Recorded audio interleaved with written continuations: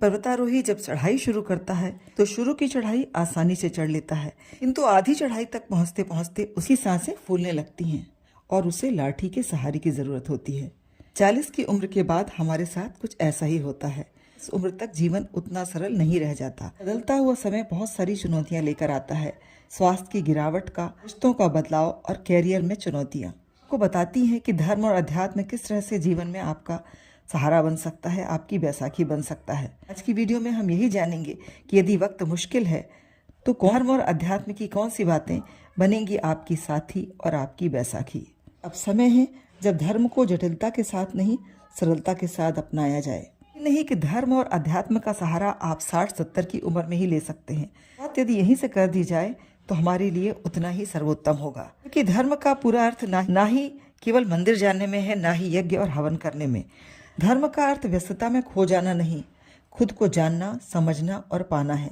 धर्म और अध्यात्म दुनियादारी को छोड़ देना, सारे शौक को छोड़ देना नहीं, बल्कि उस चकाचौंध में रहकर भी उससे दोस्ती कर लेना, सादगी को अपनाना है। क्योंकि इस यात्रा में यदि आप खुद को खोने लगे तो ना ही धर्म का कोई मतलब है और ना ही आध्यात्मिकता का।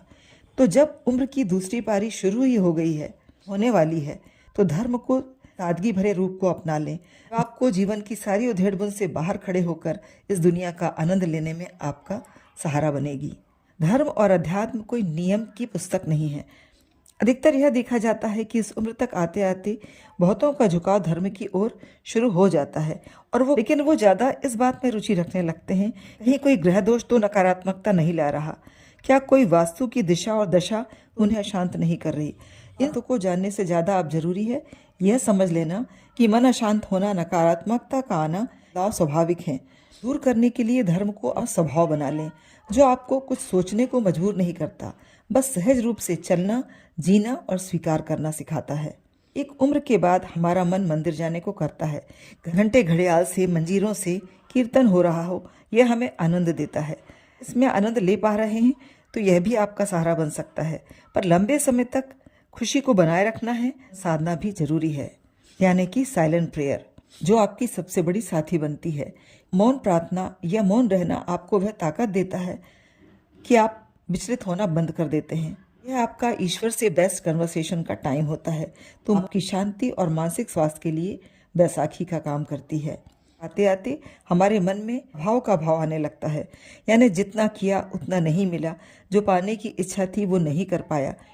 पर यदि धर्म को सरलता से, ग्रेटिट्यूड के भाव से अपना लें तो हर तरह के अभाव में भी हमें प्रचुरता का अनुभव होगा।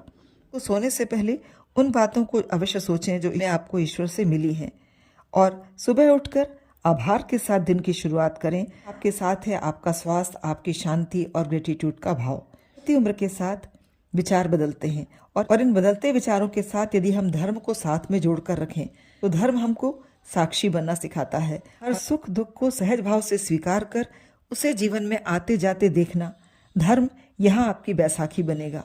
आपको मुश्किल वक्त में संभालने के लिए और यह समझने के लिए तो कैसा भी हो कर जाएगा। धर्म कोई पत्थर की तरह नहीं, इसे ढोना आपकी मजबूरी है, क्योंकि उम्र के साथ आप ऐसा मानने लगते हैं कि इस उम्र में धर्म एक अंतिम रास्ता है जिस पर चलकर हमें सुख और शांति मिलेगी। इस तरह से धर्म को अपनाना एक मजबूरी है। धर्म मजबूरी भरा रास्ता नहीं, आपको सच्ची और शुद्ध राह दिखाता है, जो आपको थकने नहीं देता, आपको रिलैक्स रखता है, धैर्य से और संतुष्टि से हर मुश्किलों के बीच खड़े रहना सिखाता है। यदि धर्म, अध्यात्म और आपकी यह सीरीज आपको बदलती हुई उम्र और स्थितियों में आपकी साथी बन रही है तो आप अपने अनुभव अवश्य साझा करिए और आने वाली हर वीडियो का आनंद लीजिए।